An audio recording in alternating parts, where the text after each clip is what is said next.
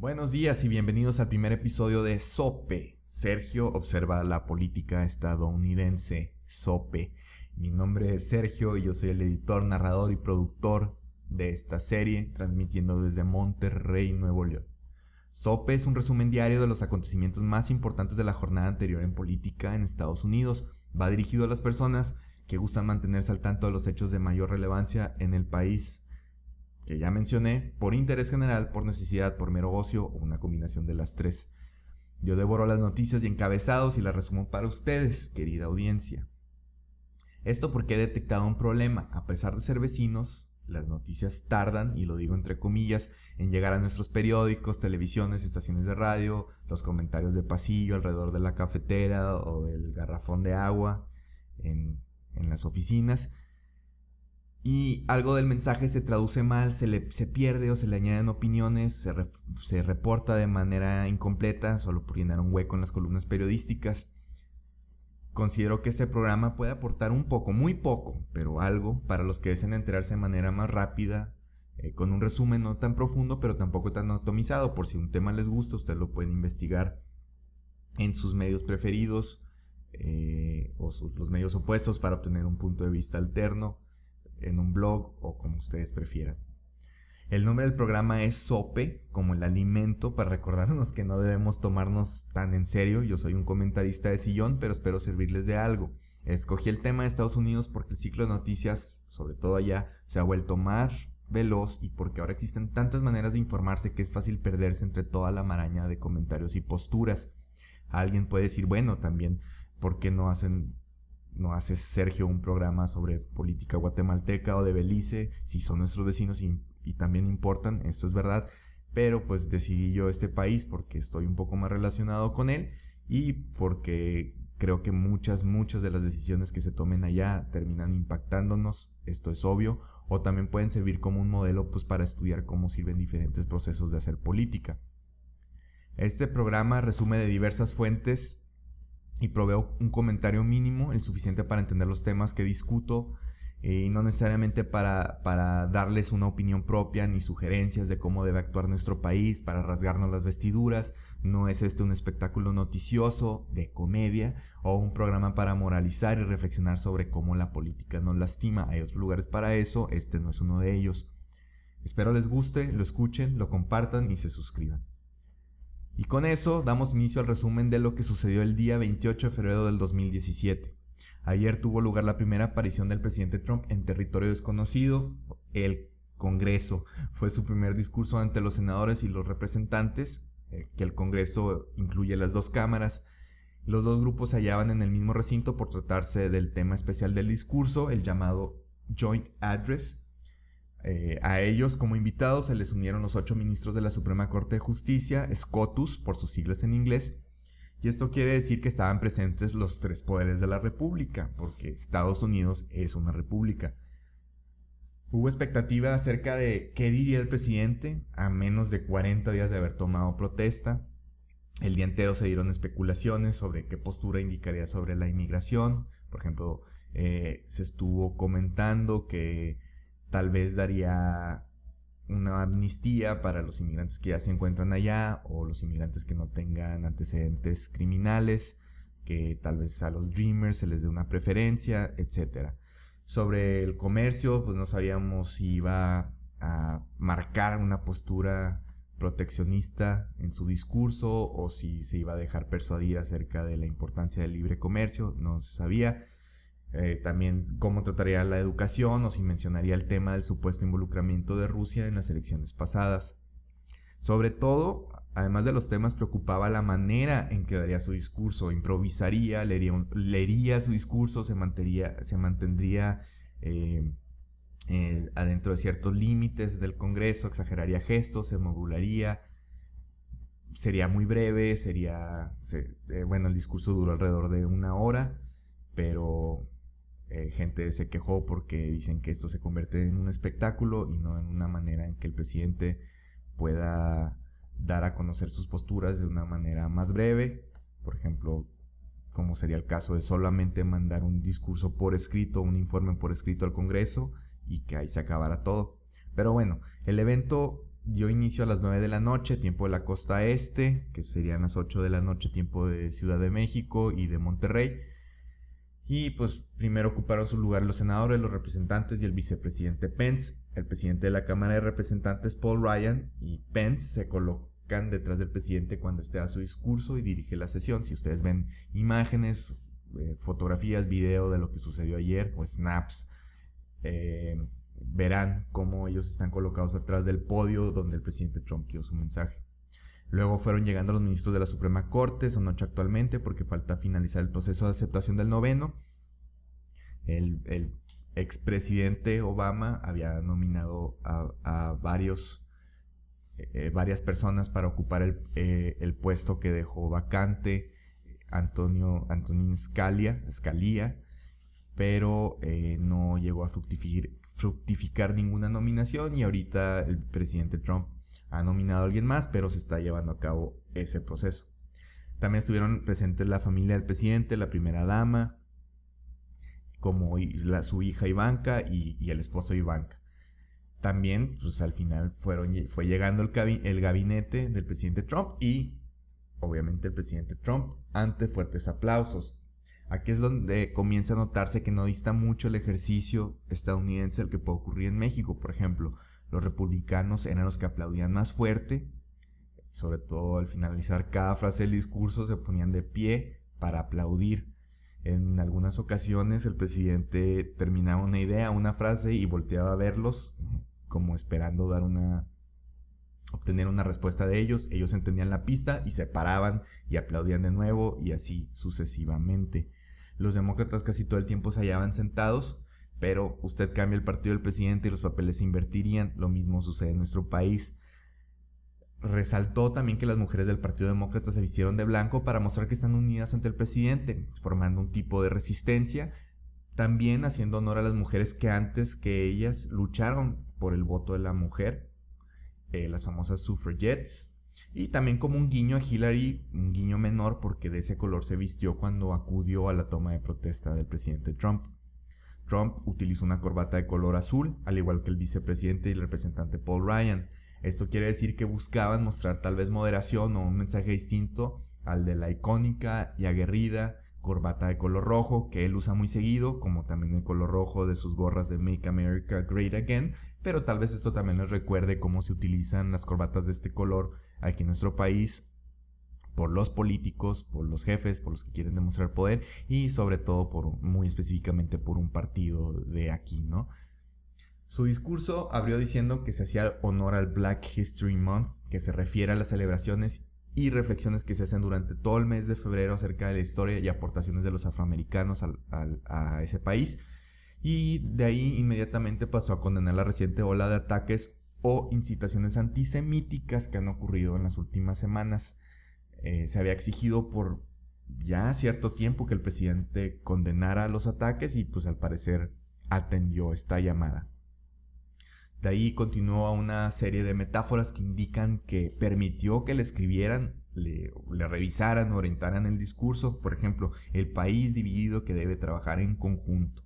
La antorcha de la libertad que pasa de generación en generación para iluminar al mundo. Aunque más adelante, creo que fue casi al final, él dijo que pues él es presidente de Estados Unidos. Él está velando por los Estados Unidos, pero que no puede velar por todo el mundo, lo que contrasta con la idea que incluso Estados Unidos mismo tiene sobre su papel en la historia, en el desarrollo y el progreso del mundo. Para seguir con esto, habló sobre la grandeza del espíritu estadounidense. Hasta ahí no tiene ninguna diferencia contra otros discursos que puede tener otro presidente, un diputado, etc., ¿no? Dijo que Estados Unidos trabajará con sus aliados, pero que ya era hora que el país dejara de gastar dinero afuera mientras sus ciudades y sus ciudadanos al interior sufren. Dijo que la protesta callada pasó a convertirse en un terremoto que cambió el rumbo del país y que habría que escucharla. Esto de la protesta callada se refiere a las voces de la clase media o de la gente oprimida que para Trump fue la que votó por él, la que está cansada de lo que dicen las élites, lo que dicen los medios, y que él cuenta con el apoyo de ellos, de esa base totalmente. De cierta manera este discurso, aunque tuviera otro tono, trabaja o trabajó con las ideas que él utilizó durante la campaña cuando hablaba hacia esta base. Por ejemplo, él decía que hay que atender al ejército, los veteranos y la clase media. Nombró a varias compañías que se habían comprometido en invertir miles de millones de dólares en el país para crear empleos y que el gobierno federal ahorraría dinero congelando la contratación de personal, como también obligando a los desarrolladores por ejemplo, de aviones de combate a bajar sus costos. Fantastic fue el adjetivo que él utilizó.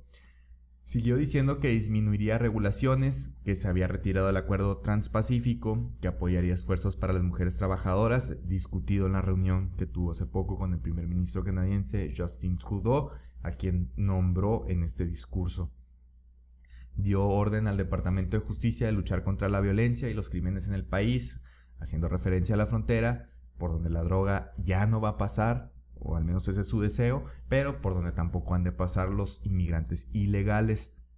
Aquí hizo una muy breve mención al muro.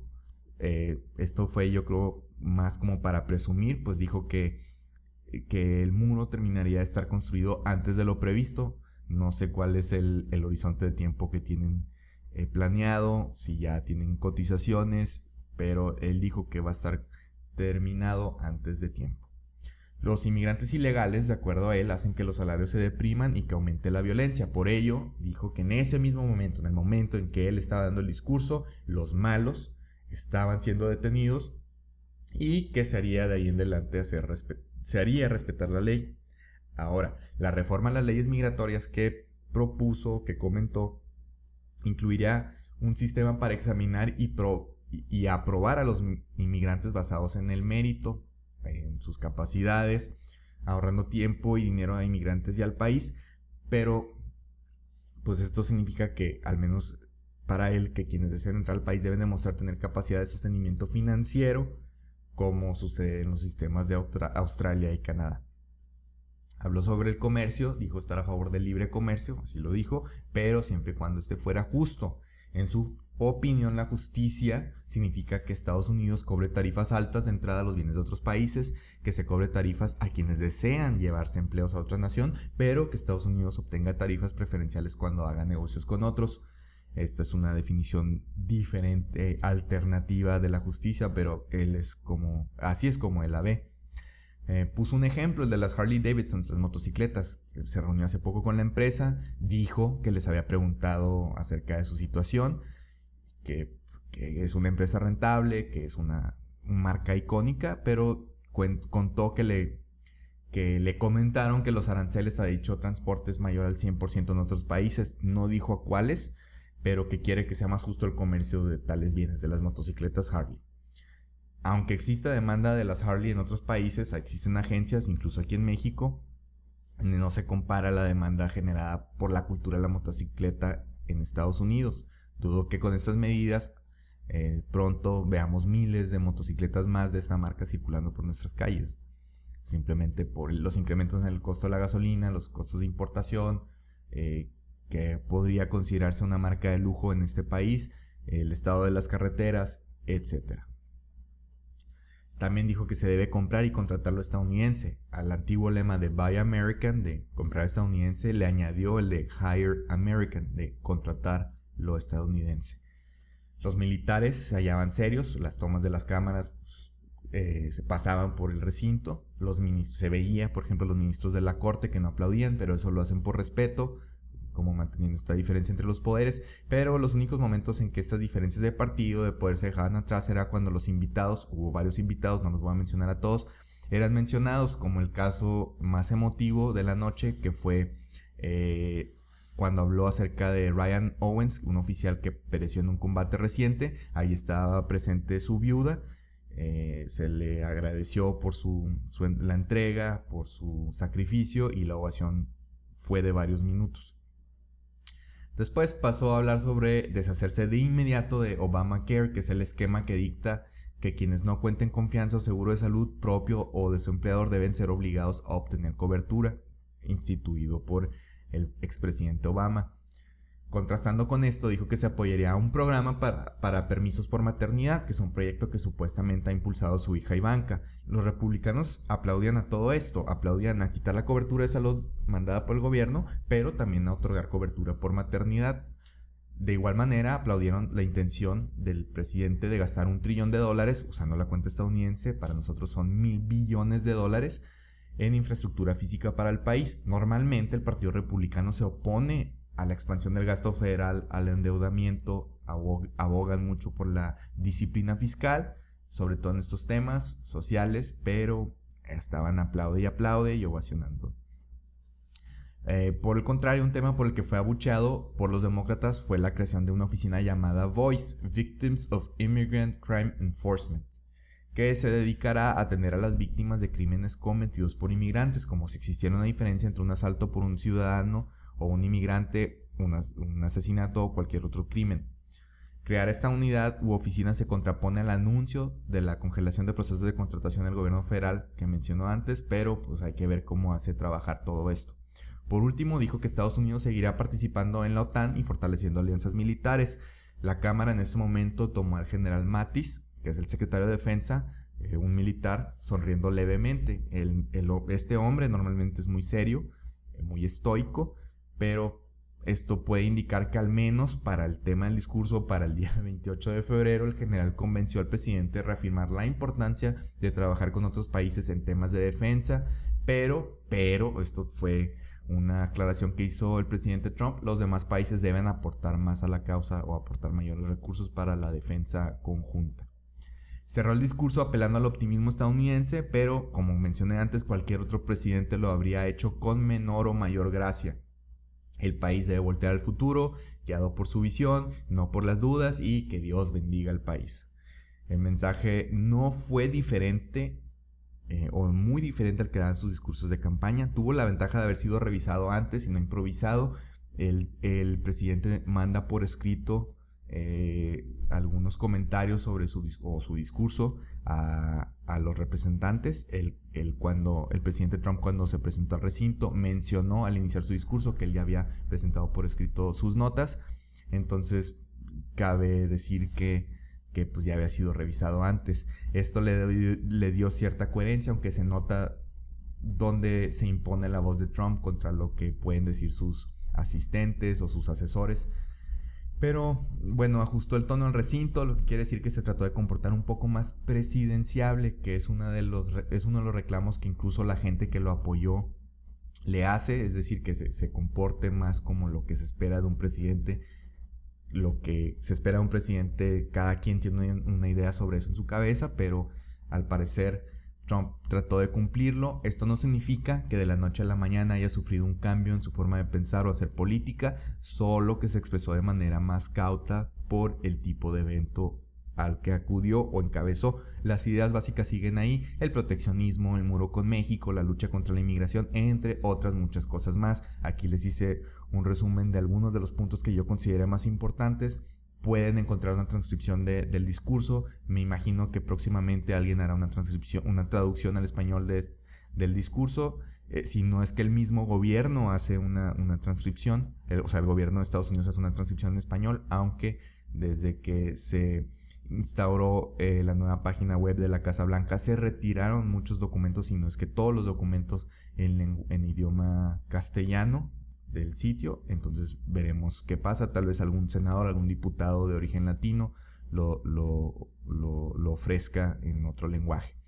Pero al final el evento ante el Congreso es importante porque son ellos, o sea, el Congreso, quienes deben maniobrar para hacer cumplir la agenda del presidente. O sea, empatar la agenda del presidente con la agenda legislativa. Cada grupo y poder tiene su interés, horizontes de tiempo, capital político a gastar o sacrificar, utilizar. Se verá qué tanto le permiten hacer, como sucede en nuestro país. Entonces no somos tan diferentes a pesar de todo. Entonces, gracias. Si les gustó este resumen, por favor suscríbanse. Quiero ver si puedo llegar a reunir mis primeros 1000 fans. Les repito que yo soy Sergio y este programa fue el SOPE. Sergio observa la política estadounidense, y les deseo que tengan muy buen día. Gracias.